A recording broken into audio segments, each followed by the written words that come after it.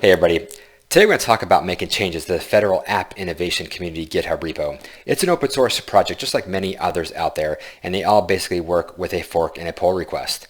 So what that process basically looks like is you're going to go out to that original repo and you're going to fork the content, and it forks it into your repo. So you have a copy of that.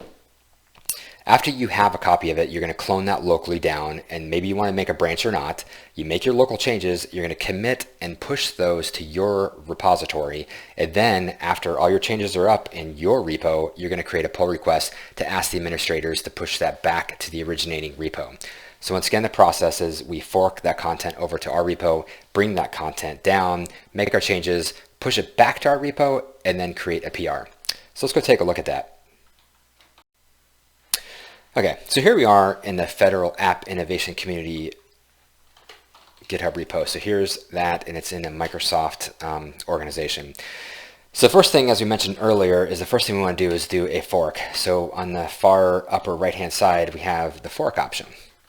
So if we click that guy, we'll see it takes us here. And then once again, we want to look to make sure the organization is correct, because once again, you might have a lot of different organizations. So you want to make sure you're selecting the one you have access to, and it's going to clone it to their correct place or fork it to their correct place. And then most of the time, you just leave the repo name the same as it's here. So we're just going to create the fork. And so what this is doing is basically copying that content from the main repo over to ours. Okay. So once that's completed, and you'll see, once again, we're back in our organization, and it copied the name here. I like using the CLI to clone my stuff and do everything, so I'm going to go ahead and click the clone button here and grab the URL to do this. And then I'm going to go open up the command line, and I'll go here, and I'll go to where I like to clone things. And so we're going to do a git clone. And then here's that. And once again, this is mostly code examples and templates and things, so it's going to clone pretty quick. Oops, and here, so I'm going to go to the directory. Okay, so let's just take a quick look at the architecture of the folder structure, taxonomy. So the main places we're going to do our work in this particular repo is under topics. And so we have the 5 major categories here, CI/CD to serverless, that we have different content in. And so one thing you got to do once you figure out what kind of content you want to contribute to, figure out where it resides. Is it an infrastructure solution? Is it a Kubernetes kind of solution? And then underneath one of these, like under serverless, for instance, we have the 3 different major areas, which is solution, trainings, and white papers. And so that's where you'd create your folder, and how we want this content packaged. Effectively create a folder for your thing, put everything, images, everything, MD, everything that you need to make your solution in that folder, and make that in one folder underneath the major topics here, as you can see here.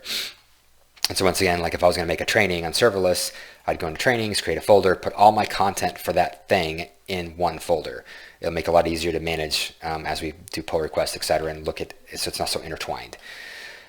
And so for the demonstration today, I'm going to make a change to the Kubernetes folder, the README file, which we're still building out. So what I'll do is I'm just going to use code right here. And once again, so my change is going to be to Kubernetes. So I'm going to go from topics down to Kubernetes, and I'm just going to change the README file as an example. And I'll say AKS is the best. So now I have a change. So when you create your folder, if you only are in one area, you might just want to push that. What I'm going to show here is I'm just going to, commit. So I can do a git status, and it shows my one folder, or one file rather. So you might have a whole folder or a bunch of different changes, in here. So I like typically just kind of adding all my everything out from the root. It just makes it a lot easier to kind of track. So I'm going to commit this and say, AKS change. So now I'm ready to push this up. So I'm going to say git push. Now at this point, what I've done is I've cloned the repo down, I made some changes, and now I've pushed them up. Now, once again, I'm still in my main repository here, my personal one. So if I go to Kubernetes, you'll see the change here. But this is now I've just changed my local repo, but now I got to push this back up to the main repo where it came from. Once again, any open source project works effectively this way. So you can do it from here, and the easiest way to do that is effectively, click to contribute. So now this thing knows that I've cloned that repo down, so it knows that I might want to push these changes back to the originating repo. So if I do this, I can open up what's called a pull request, a PR. And in here you see a couple things. So first off, it's able to auto merge, so which means it's just text file changes, no conflict. Once again, I just modified the README. You might have a lot more changes. And then it kind of gives you a quick highlight of what was changed. One file has changed. And so what I'm going to do here is I'm just going to click create a pull request.